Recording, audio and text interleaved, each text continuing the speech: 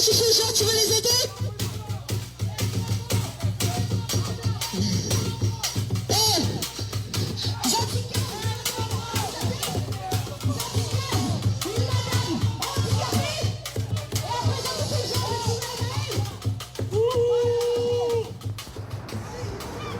La tempête a emporté tout ce qui faisait obstacle à sa course folle. Maintenant, est-ce qu'on peut éviter de sombrer dans l'éco-anxiété et être dans l'action ? Et donc nos luttes d'occupation pour squatter les logements vides contre la gentrification urbaine. Et puis retrouver peut-être aussi l'art de vivre ensemble, l'art de faire commun, l'art de passer du temps ensemble, l'art de la fête. Et en fait, on passe complètement à côté de ce que ça fait au monde d'optimiser. L'enjeu, ça va être de reconstruire. La violence, c'est le mépris envers les populations. Et c'est les bouffons du pouvoir, quoi. Le principe, c'est de se réapproprier ses moyens de subsistance. On peut relâcher des sangliers sur les terrains de golf des bourgeois. Oui, ça va passer aussi par du sabotage. Là, c'est une grue qui s'est effondrée. Je sentais qu'il se passait quelque chose.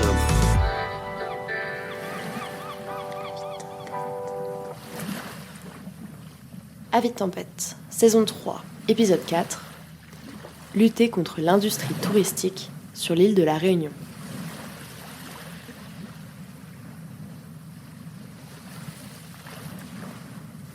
En septembre dernier, une amie d'enfance qui termine ses études de médecine à la Réunion m'a invitée à venir la voir quelques semaines. Ça faisait 1 an qu'elle était sur place, 1 an qu'elle vivait dans une coloc dans les Hauts-de-Saint-Pierre. Moi, je n'ai jamais éprouvé l'envie et encore moins le besoin de voyager entre guillemets loin. Le seul trajet en avion que j'ai régulièrement fait dans ma vie, c'est pour aller voir la famille en Italie. 1h30 de vol pour Naples, mais déjà ça me saoulait.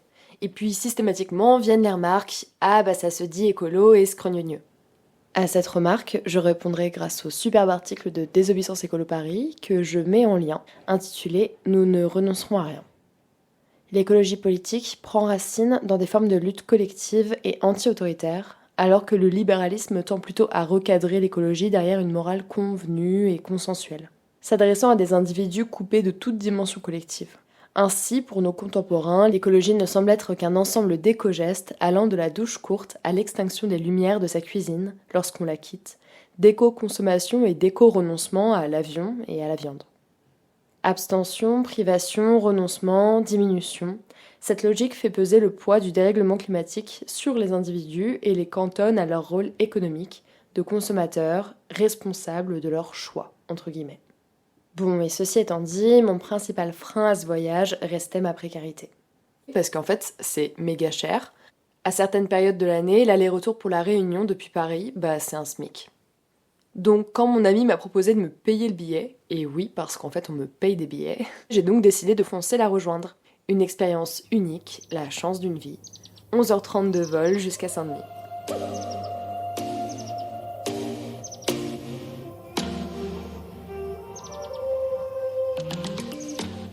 Bonjour à tous, je suis très heureux de vous retrouver au milieu de l'océan Indien sur l'île de la Réunion pour un voyage exceptionnel.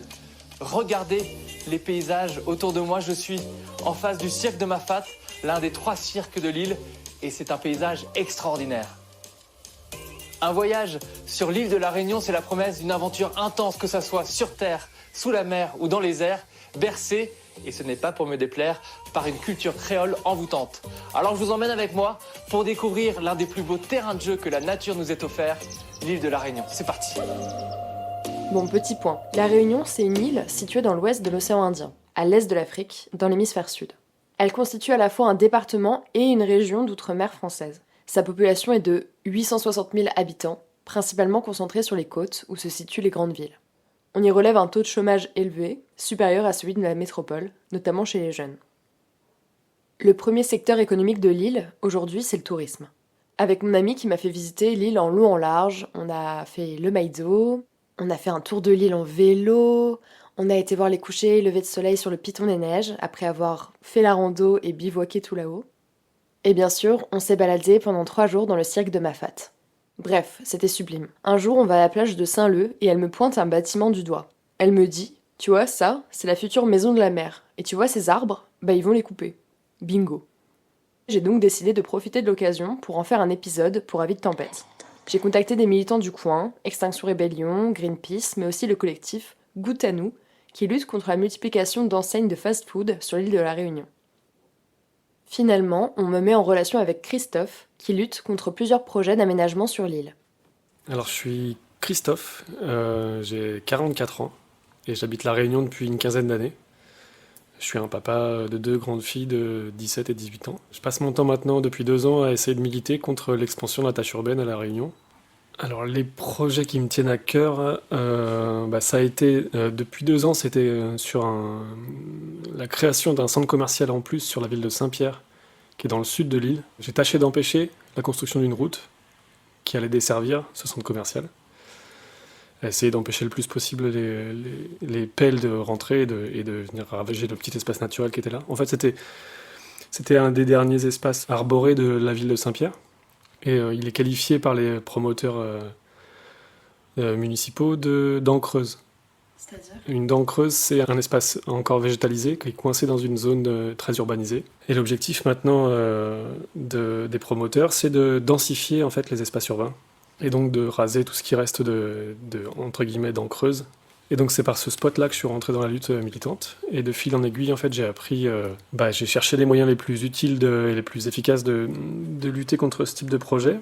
Et il s'est avéré que c'est le juridique qui pèse le plus fort, en fait. Quand on s'attaque au fond des dossiers de demande de permis de construire, on se rend compte qu'il y a souvent des approximations ou alors des décisions qui ne font pas état de l'urgence climatique locale. Connaissant le dernier rapport du GIEC qui fait état de la vulnérabilité de l'île, enfin des vulnérabilités des populations en fonction des territoires, il faut savoir que la Réunion, c'est parmi les territoires les plus rapidement impactés par les effets du changement climatique, parce que c'est une île qui a un héritage colonial avec des grandes distances entre les catégories socio-professionnelles et les événements climatiques extrêmes, à savoir des cyclones pour ce qui nous concerne nous, qui risquent d'être de très très grande puissance.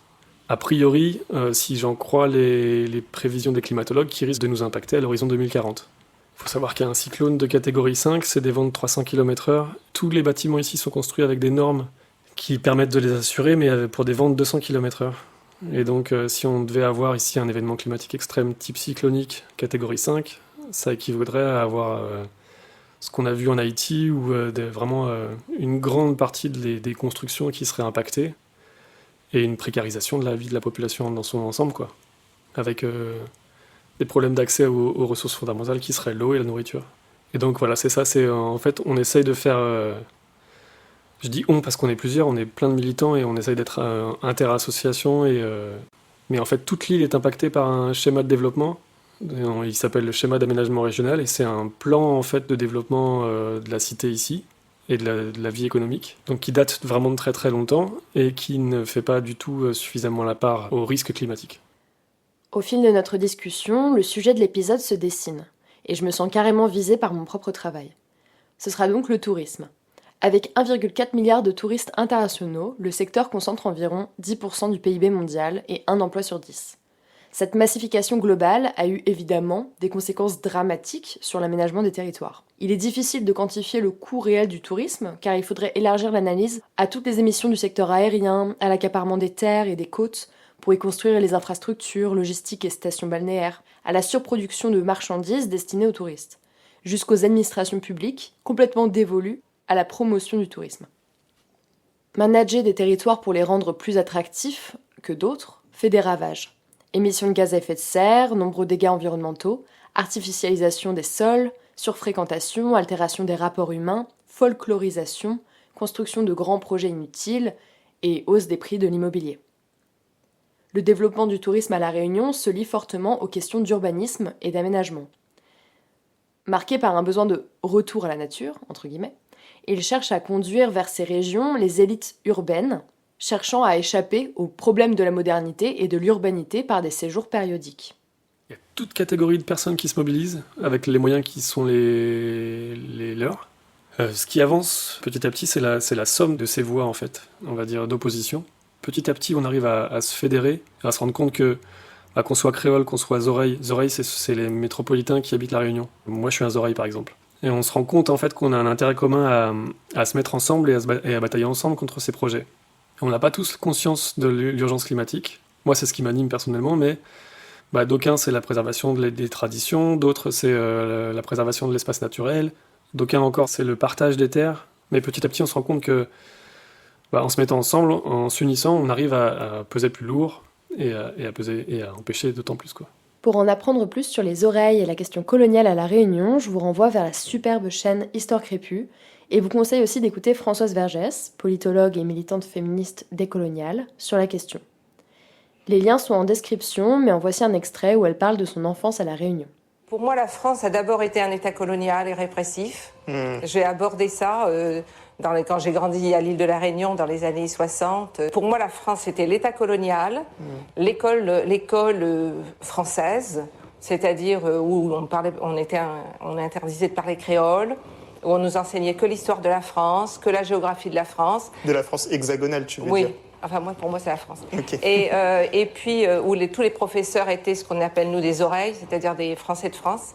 Attends, tu peux juste te dire, du coup, qu'est-ce que c'est que les oreilles? À La Réunion, c'est les oreilles. Hein. Les oreilles pour les Blancs de France, c'est les oreilles. Donc, ça veut dire que les Blancs de France, ce sont les personnes qui viennent de métropole ou de France hexagonale et qui arrivent... Oui, qui arrivent et qui sont fonctionnaires ou qui, maintenant, ouvrent des business. Si tu veux, c'était une île où il n'y avait pas de population native. La France en fait une colonie, va évidemment déporter des personnes, surtout de Madagascar. Hein, nous, c'est surtout de Madagascar, les esclavagisés, puis de la côte est de l'Afrique, et même d'autres parties, en fait. Ce qu'on oublie, c'est qu'il y a eu d'autres parties. Dans les archives, tu trouves des traces d'esclaves venus de Malaisie, déportés de Malaisie. Et puis on a ce qu'on appelle les travailleurs engagés, beaucoup de l'Inde, énormément de l'Inde, de toutes, pas seulement de l'Inde du Sud, mais partout, et puis de la Chine. Mais même les Français raflaient des personnes de partout, il y a eu même des Kanaks qui ont été amenés. Toute la question, c'était de travailler dans les plantations. La Réunion, c'était les plantations de canne à sucre. Et puis il y a toujours eu des colons français qui sont arrivés, mais qui se sont donc créolisés, ce qu'on appelle créolisés, donc qui sont considérés comme réunionnais. On a les gros blancs, c'est-à-dire les propriétaires, les grands propriétaires terriens, qui sont descendants d'esclavagistes. Et donc ces gros blancs ou les blancs de la Réunion sont distingués des oreilles, qui sont ceux qui viennent de France, dans la France d'aujourd'hui post-coloniale et dans une relation toujours assez coloniale au pays. Avec le témoignage de Christophe et à l'aide d'extraits d'archives trouvés en ligne, je vais vous faire découvrir 3 cas emblématiques de privatisation d'espaces publics réunionnais au profit de l'industrie touristique. Le projet Parc du Volcan à Bourmurat dans les hauteurs de l'île, la construction d'une pseudo-maison de la mer à Saint-Leu et la transformation de la plage de Manapani. Il y a quelques années, André Tianakoun voyait grand, très grand même. Depuis, le pharaonique Parc du Volcan a revu ses ambitions à la baisse. De 55 hectares prévus initialement, le projet s'étend désormais sur 15 hectares à Bourmurat. D'une dizaine de tyroliennes retoquées par la commission départementale de préservation des espaces naturels, la mairie assure aujourd'hui qu'il n'y en aura plus une seule. Mais le collectif citoyen d'Omoun-la-Plaine dénonce ici un massacre environnemental. Alors, le projet du Parc du Volcan. Alors ça ne se passe pas au volcan, mais à 40 km sur la petite commune de Bourmurat, 3600 habitantes.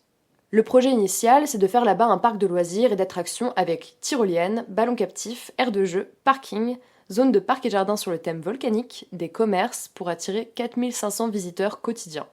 Un projet qui transformera cette commune perchée à 1500 mètres d'altitude, coincée entre le Piton des Neiges et celui de la Fournaise. C'est un des projets qui porte le plus les apprentissages qu'on a fait avant sur la méthode juridique et où la société civile a pris le plus de place. En fait, il y a des citoyens de Bourmurat. Bourmurat, c'est une ville du centre de l'île.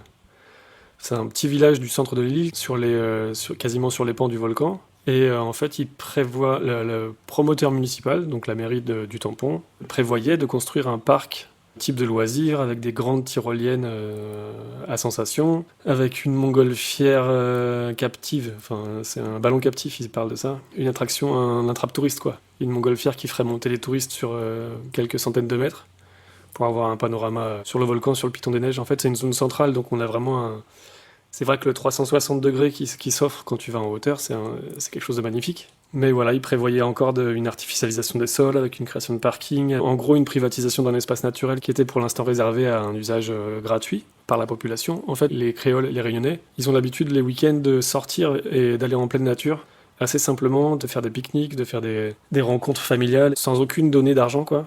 Et dans les projets de développement de l'île, il est prévu que certaines zones se voient artificialisées pour permettre aux municipalités d'engranger de l'argent, d'en faire des hotspots de tourisme, quoi. Il paraît que le maire de Bourg-Murat a été au Puy du Fou il y a 20 ans et depuis a cette idée en tête de transformer le village en grand parc pour faire de l'argent. La municipalité dit qu'elle promeut le développement touristique et la création d'emplois. Doumoun la Plaine, les gens de la Plaine en créole, est une association d'une 50aine de personnes mobilisées contre le projet de parc. En matière de tourisme, ils écrivent préférer réfléchir à un village étape, organiser des soirées culturelles, le développement de l'artisanat et surtout ne pas occulter l'histoire de cette zone et notamment l'esclavage qu'il faut continuer de raconter. Les travaux pour le futur parc du volcan devraient démarrer très prochainement. Le mois dernier, le projet a reçu le feu vert de la préfecture qui devait se prononcer sur son volet environnemental. Initialement, il était prévu d'aménager une surface de 53 hectares. On peut se réjouir que ça a été amputé, réduit à 11,7 hectares. La mairie a notamment fait une croix sur les 10 tyroliennes, le ballon captif et l'une des 2 serres géodésiques qu'elle prévoyait.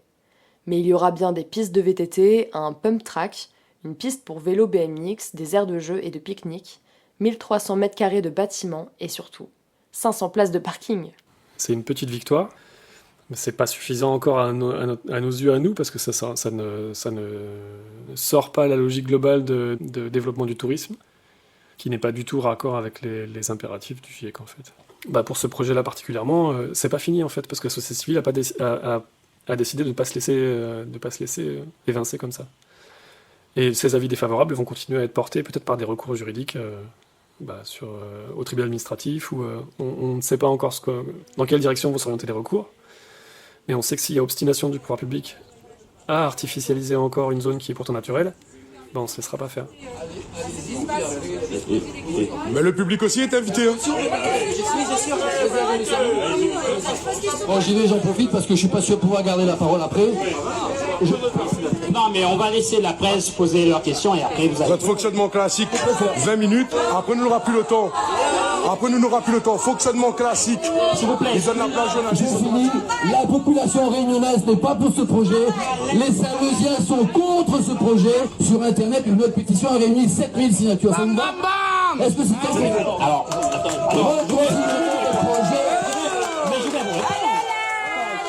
Un matin, pendant mon séjour à La Réunion, je reçois des appels à 7h du mat', encore au lit. Je me lève, en pagaille, et découvre plusieurs messages alarmants de militantes que j'avais contactées pour le podcast. La coupe rase des arbres de la plage de Saint-Leu commence pour faire la maison de la mer. Les opposantes ont besoin de monde sur place. Tranquille Émile, Saint-Leu La Réunion, gentrification, chingilisation en cours. Weibana, la loi française est toujours macro-même. Remplacement d'un espace créole par un espace oreille bientôt. Remplacement d'un espace petit colon par un espace gros colon. Remplacement d'un espace public par un espace privé. Ça se passe Saint-Leu. Daxabana. Le domaine public maritime, la zone des 50 pas géométriques, a été sacrifié depuis plus de 100 ans à La Réunion. Vous avez vu la pression urbaine, il y a des bâtiments partout, il y a des villas partout. L'État, malheureusement, il y a très longtemps, a vendu des parcelles. Maintenant, il faut faire marche arrière. Et les quelques poumons comme celui-là de respiration qui nous restent, ces quelques lieux environnementaux qui sont exceptionnels, il faut les préserver. C'est la priorité de tout le monde. Et moi, c'est du bon sens. C'est du bon sens. Ça n'a pas l'air d'être du bon sens pour M. Domaine et pour M. Séraphin et pour les élus.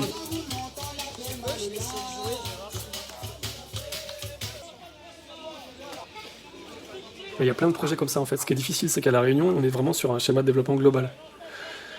Et du coup, je te parlais de Casabona au début, qui est un centre commercial, et il y a plein de zones sur l'île qui sont impactées par ça, notamment à Saint-Leu, où il y a une maison de la mer qui va se construire, un bâtiment qui va se construire, qui a été appelé maison de la mer, mais qui en fait n'est pas du tout une maison de la mer, puisque ce sera a priori simplement un restaurant et puis une toute petite zone réservée aux pêcheurs. Il prévoit même, dans ce schéma d'aménagement régional, de mettre en valeur la mer. C'est un schéma de mise en valeur de la mer, ils appellent ça. Et donc, ça serait encore une artificialisation, mais cette fois-ci de l'espace littoral, avec encore la création de commerces et d'entreprises privées pour permettre d'engranger des sous, quoi.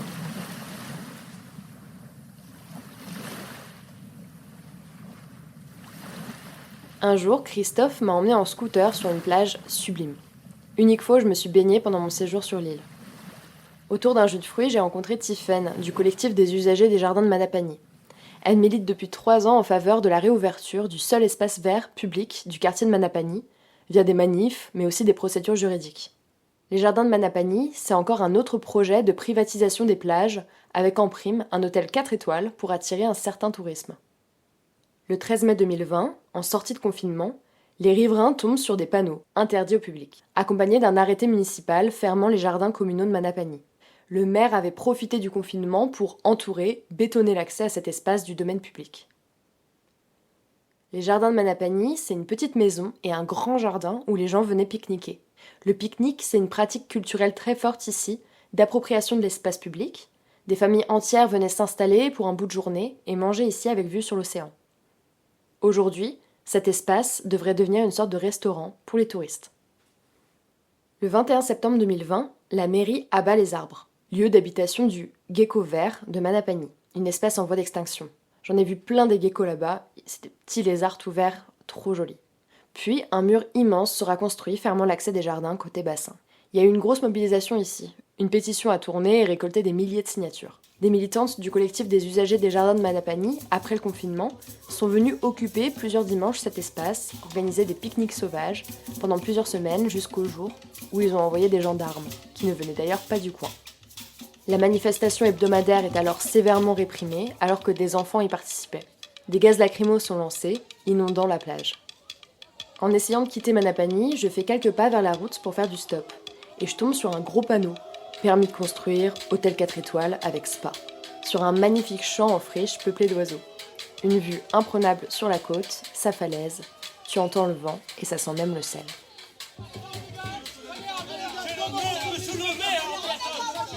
Il doit à nous le respect, monsieur le maire. Il doit à nous le respect, monsieur le maire.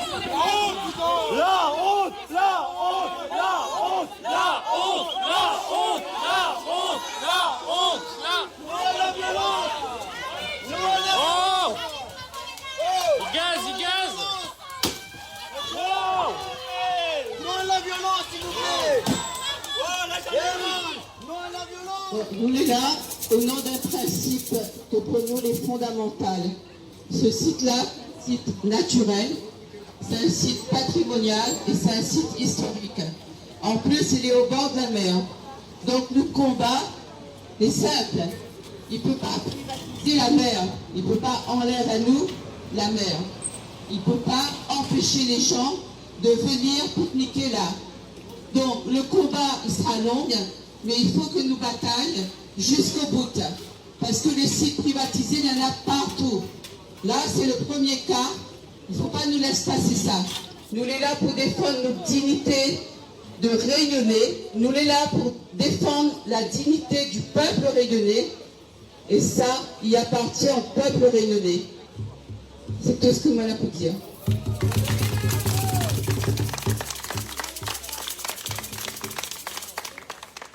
Il y a sur Manapani, donc encore plus dans le sud de l'île, un hôtel 4 étoiles qui est censé voir le jour, en lieu et place d'un lieu très typique et très familial encore, en bord de mer.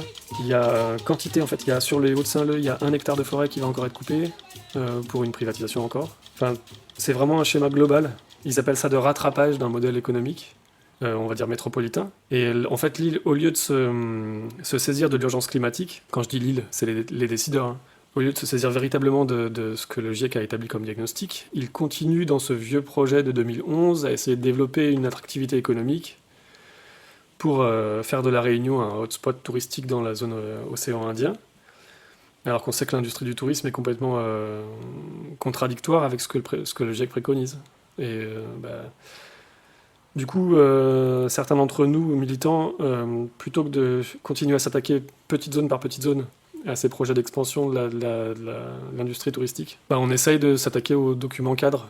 Et on a appris dans nos parcours à comprendre comment se construisaient ces choses-là, quel était le rapport entre le plan local d'urbanisation avec les schémas de cohérence territoriaux et avec le schéma d'aménagement régional. On commence la société civile, parce que j'en fais partie encore. Hein.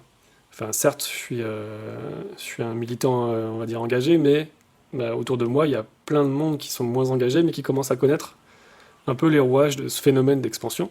Et on commence à se saisir vraiment du poids juridique. Parmi les stratégies possibles, on entrevoit localement faire une continuation de ce qui a été l'affaire du siècle en métropole, qui a abouti à la condamnation de l'État pour inaction climatique. Sachant qu'ici, nous, si l'État continue à rester inactif, ce à quoi on est exposé, c'est à des phénomènes extrêmes, vraiment très impactants, et qui pourraient précariser toute la population dans son ensemble.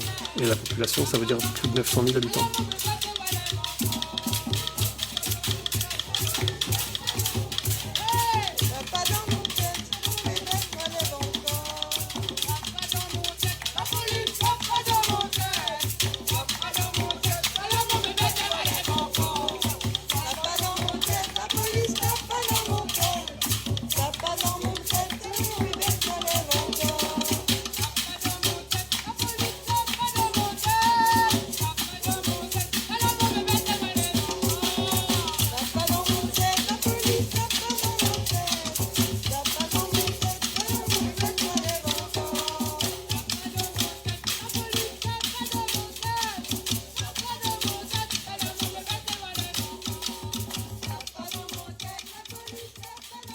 On entend énormément parler de tourisme durable, voire de tourisme vert, c'est-à-dire de concilier croissance économique, consommation touristique de la nature, préservation des écosystèmes et respect des modes de vie locaux, ce que l'on retrouvait déjà dans la création des parcs nationaux en France.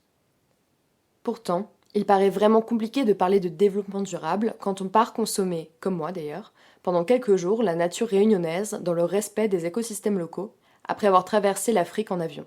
Tout ça est loin d'être soutenable, malgré les labellisations à destination. L'optimisme, parfois de mise, semble provenir, comme souvent, du cloisonnement des regards.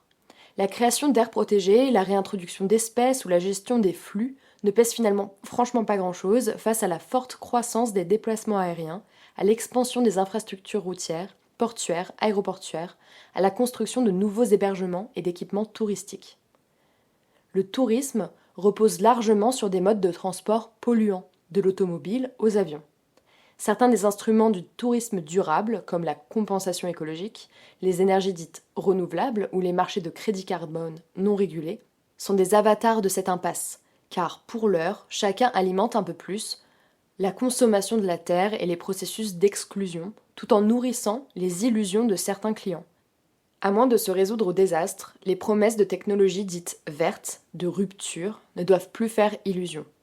Ces promesses ne sont en tout cas pas neuves et font partie des multiples stratégies politiques et économiques mises en œuvre pour gouverner la subversion écologique, en l'intégrant aux institutions et au marché. Ils essayent de mettre en valeur leurs projets d'artificialisation en prétendant compenser chacune des artificialisations qu'ils vont créer et en prétendant mettre en avant les qualités intrinsèques de l'île. Par exemple, sur le parc du Volcan, ils prévoyaient de créer des serres géodésiques dans lesquelles ils allaient mettre toute la végétation endémique de l'île. L'île, c'est comme une petite montagne qui sort de l'eau et du fait de sa nature géologique, en fait, elle a quantité de microclimats et quantité de situations, en fait, de zones plus ou moins propices à l'expansion végétale.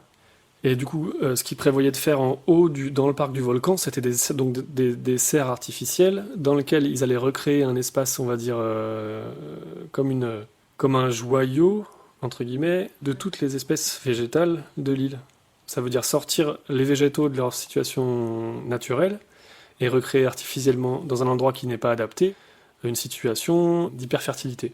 Mais à grand coût énergétique toujours, quoi. Et pour les touristes, toujours pour attirer le chaland et pour prétendre que sur cette zone, il y a toute la végétation de la Réunion, mais c'est fou en fait. Pour voir la végétation de la Réunion, il faut se déplacer. Il faut aller dans les petites ruelles de l'île, il faut monter les pans, on parle de l'île intense quand on parle de la Réunion. Parce qu'il y a cette intensité de nature géologique, de nature climatique, de nature végétale. Enfin, c'est vraiment... En 10 km, tu peux changer totalement de paysage. Si tu vas sur la plaine des Sables, par exemple, tu vas avoir quelque chose de désertique, avec une roche volcanique. Et la plaine des Sables, c'est vraiment une plaine qui est aux abords du volcan du Piton de la Fournaise. Et c'est un paysage lunaire, en fait. Quand tu t'y rends, t'as l'impression d'être quasiment... d'être sur la Lune. Et tu fais 10 km plus bas, et tu te retrouves en zone agricole, avec des grandes zones humides, des marais avec une végétation naturelle, avec pas mal de friches aussi, c'est vrai, Tu vois, tu passes du désert lunaire à un espace naturel comme on le connaît dans les hauts des montagnes, quoi. Dès l'instant que tu fais 10 km sur l'île de la Réunion, tu tombes sur un paysage différent. C'est ce qui fait la beauté de l'île, en fait. C'est sa multitude, et d'une part, ça leur laisse à eux la possibilité de dire oui, mais regardez ce qu'on a créé. On a créé un parc naturel, qui retient. Et autour de ce parc, ils vont urbaniser d'autant plus, en fait. Tant que la logique d'expansion de la tâche urbaine à La Réunion aura cours, tous ces petits joyaux de greenwashing ne sont que des alibis à l'expansion de la tâche urbaine. C'est assez compliqué parce que les pouvoirs publics locaux sont ceux qui sont à l'origine de ce plan de développement. Ils entrevoient à l'horizon 2030 1 million de touristes par an. Il faut savoir qu'on est à 600 000 pour l'instant, visiteurs sur l'île. Et donc ils prévoient, leur objectif en fait c'est de construire ces petits joyaux pour attirer jusqu'à 1 million de touristes par an. Il faut savoir quel tourisme est visé. Et le tourisme pour l'instant qui est visé, c'est le tourisme de masse. Donc ils essayent de développer sur les schémas de mise en valeur de la mer des zones attractives pour les bateaux de croisière, pour relancer les croisières dans l'océan Indien. Ils essayent de relancer les survols en hélicoptère. Ils essayent de relancer toutes ces industries du tourisme qui sont hyper coûteuses en gaz à effet de serre et qui sont contraires au bon sens que le GIEC nous invite à suivre. Il faudrait que les élus prennent acte de la réalité de ce que sont les risques climatiques locaux et reviennent sur leur logique de développement. Il y a une priorisation de l'économie sur la santé publique. La santé publique ici, c'est ces événements climatiques qui peuvent impacter vraiment à grande échelle, quoi. Activité des plus polluantes dans un contexte où la transition écologique est continuellement invoquée, le tourisme et sa complice, l'aviation, bénéficient pourtant d'un soutien inconditionnel des institutions. Les pouvoirs publics ne cessent de justifier des aménagements qui, entre guillemets, créeront de l'emploi. Argument massu, le chantage à l'emploi, c'est l'ultime carte jouée lorsqu'un projet ne fait pas l'unanimité. Et dans le cas du parc du Volcan, avec plus de 20% de chômage sur la commune du Tampon, l'argument du développement économique séduit certains habitants. La mairie avance la création de 150 à 400 emplois liés au projet, mais bien sûr ce sont des emplois précaires et à court terme. Encore aujourd'hui, et particulièrement depuis la crise du Covid-19 qui le toucha de plein fouet, le secteur demeure très très dépendant des aides publiques. En 2021, le gouvernement français lui a versé pas moins de 38 milliards d'euros, auxquels il faut ajouter les 15 milliards pour le secteur aérien, soit 53 milliards à mettre en comparaison avec les 100 milliards déversés dans toute l'économie française dans le cadre du plan France Relance. On peut se demander pourquoi un soutien si massif et constant. Sans doute parce que le tourisme, entre guillemets, industrie transformant le monde dans sa globalité en produit à consommer, comme l'écrit Henri Maurras dans son ouvrage Désastre écologique, représente aujourd'hui le fer de lance de l'expansion capitaliste.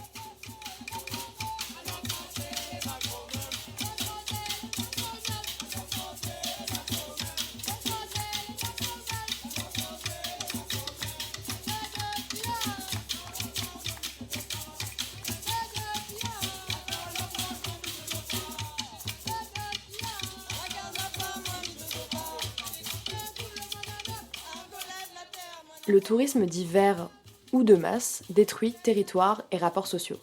Il transforme tout en marchandises, en produits à consommer.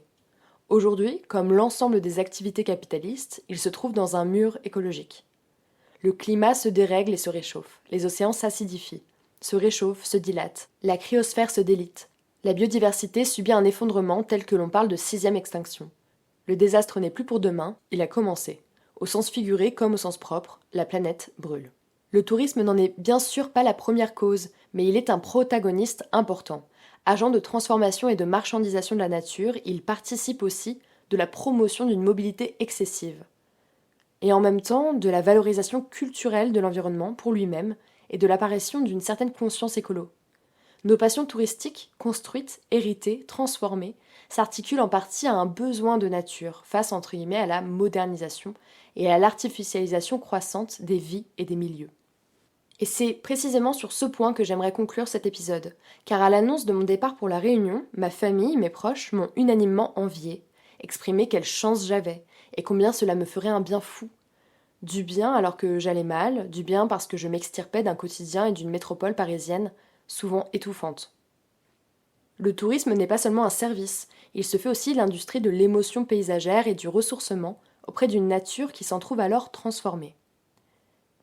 Il n'a pas seulement la capacité de créer infiniment de valeur à partir de toute chose, il dispose également du pouvoir de faire rêver les travailleurs, travailleuses de tous horizons, de capter leur temps libre et leurs économies, mais aussi de les rendre plus aptes à reprendre le travail ensuite.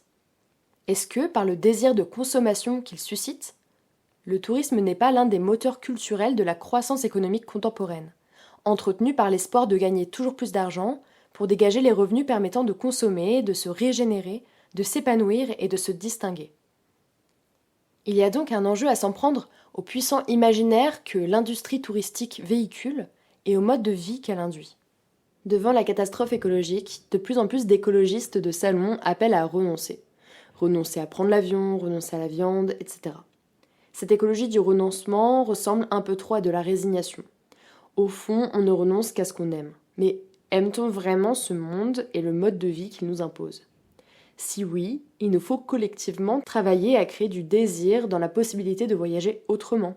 Loin d'être opposé à toute forme de voyage, moi-même j'adore ça, j'espère que le tourisme de demain sera relocalisé drastiquement, passera par des mobilités douces et des séjours bien plus longs, qu'il sera source de transmission d'histoire, de mémoire et de savoir, de rencontres des individus et d'échanges entre les peuples. J'ajouterai un petit « abat les frontières » au passage. Merci pour votre écoute, à très bientôt.